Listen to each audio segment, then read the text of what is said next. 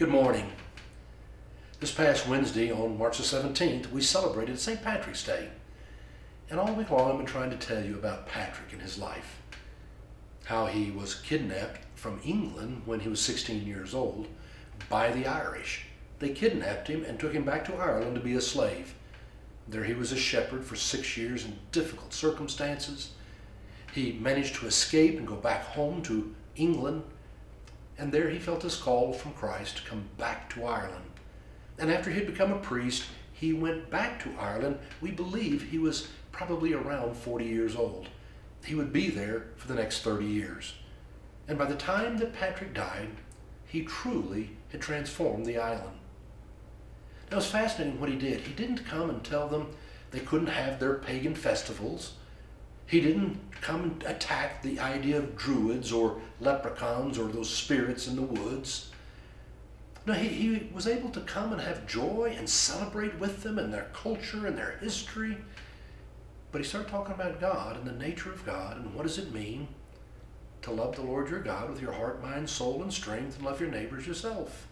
What would it mean to hear Jesus say, "By this all people will know you're my disciples if you have love for one another"? What did it mean to treat the other person the way you wanted to be treated?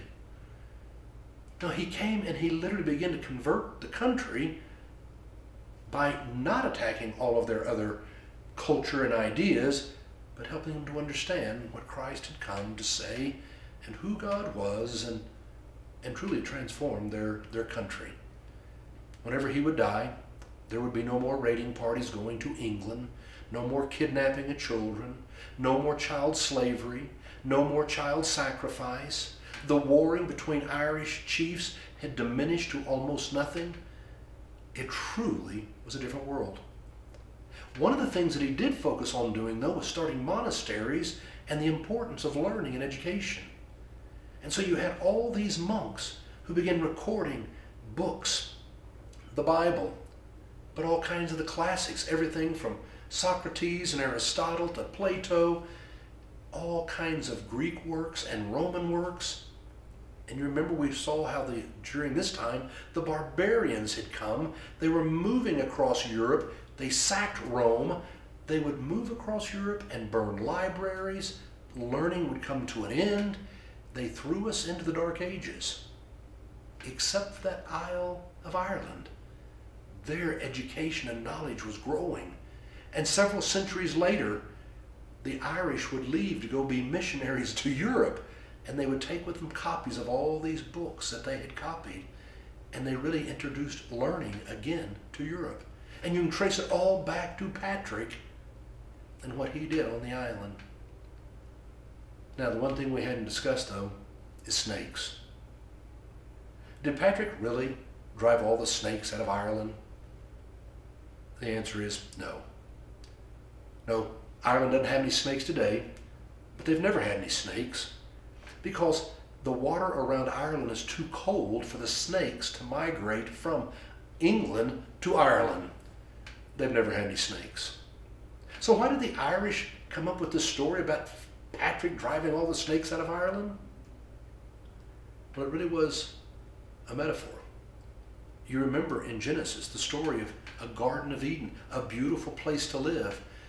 And then along came a snake, and he introduced sin and all the problems for Adam and Eve. What the Irish were trying to say was, Patrick drove the snakes out of Ireland. He helped to create this Garden of Eden, this beautiful world, this isle, where the focus now was more on love, loving God and loving one another. He brought a change into their world. He drove the snakes out of Ireland.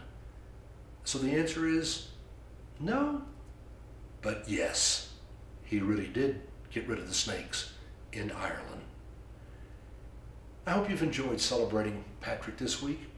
He really is a man who deserves to be remembered and honored. For the last 1,560 years, since the day he died on March the 17th, 461, we remember him. If we celebrate him for the right reason and know why we remember him, it'll help us all to love our neighbors, no exception. Have a great weekend.